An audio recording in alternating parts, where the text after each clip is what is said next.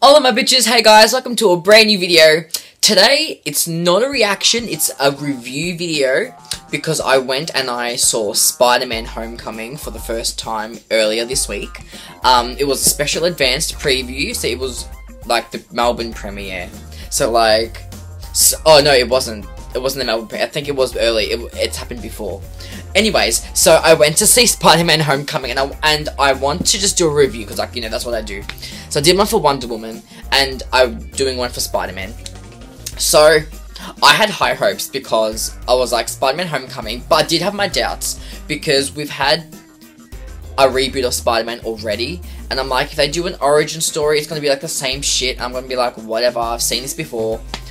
But I knew that it wasn't going to be an origin story because after Captain America Civil War, when Spider-Man was first introduced, he already had his powers and it was already Spider-Man. And I'm like, thank God, because we know Uncle Ben dies, etc, etc. We know how he becomes Spider-Man. We know this. Let's just get right into the Spider-Man story.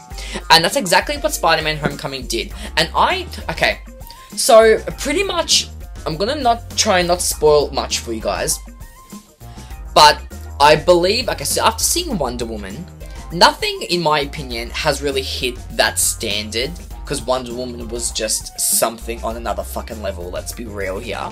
It was on another level, and I was living.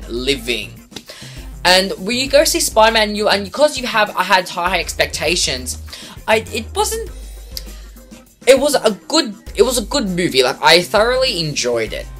And I feel like it didn't really do much for the MCU storyline as a whole, but I believe that the movie succeeded in developing Peter Parker's character development. Wait, did I say that twice? Developing Peter Parker's character. It was good character development for him.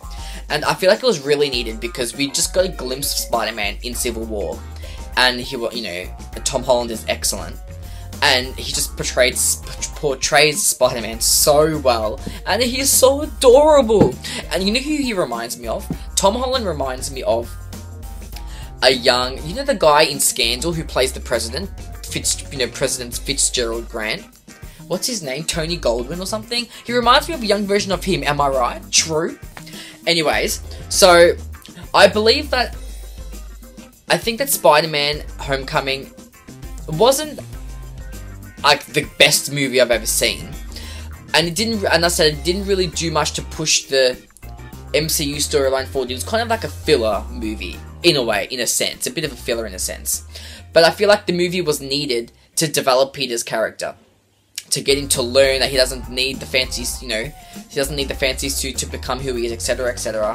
Because Peter pretty much struggles in this film with identity, in my opinion, and who he is. Like, who is he? He pretty much is fighting in a battle with himself of who is he without Spider-Man. Who is he? Who is Peter Parker?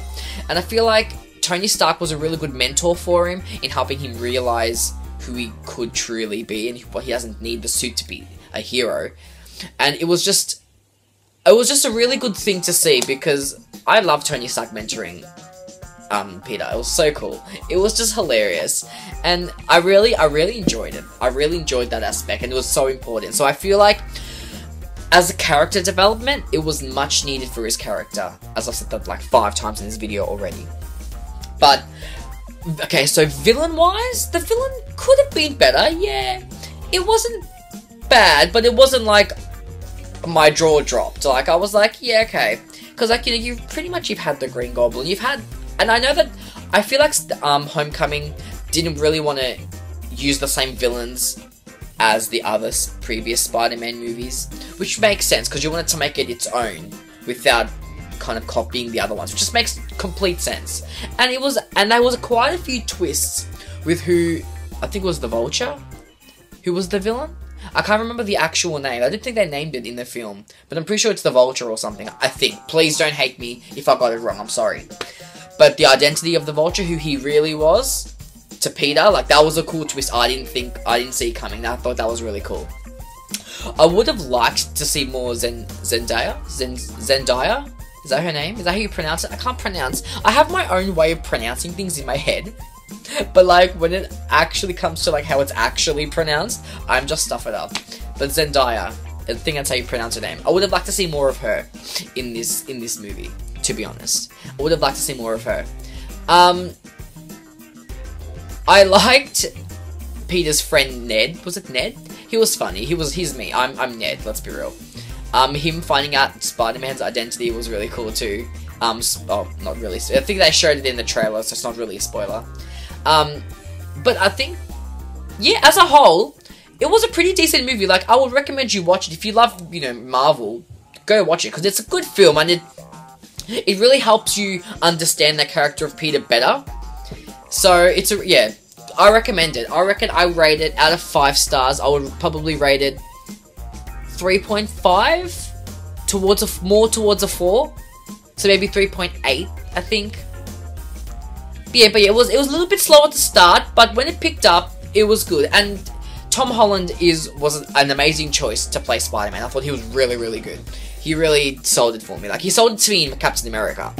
But it's just, and it was so good as well. Also, just want to put in, to have a teenage cast compared to the other Spider-Man films when Spider-Man, you know, Peter is in high school. But in the other ones, they're all older.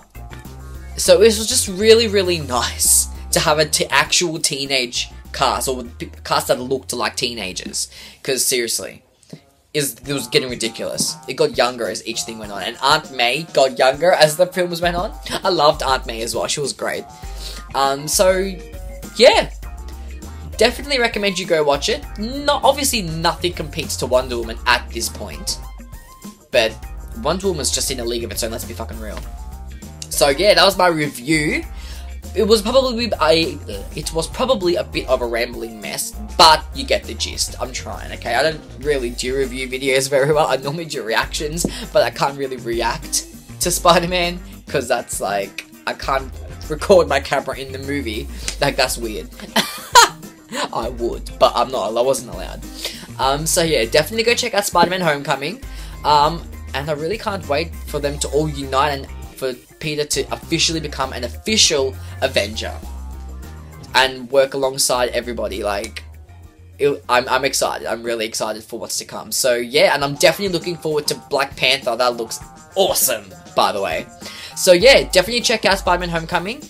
And yeah, let me know what you guys think. If you have seen it, let me know in the comments. If you haven't seen it, but are going to see it, let me know just let me know what you think in general. Just let me know, comment away, whatever. Yeah, so that's my video, and I will see you guys later on tonight for my How to Get Away with Murder reaction, because I'm catching up with that now again. So yeah, stay tuned, watch this space. Ciao for now, guys, bye!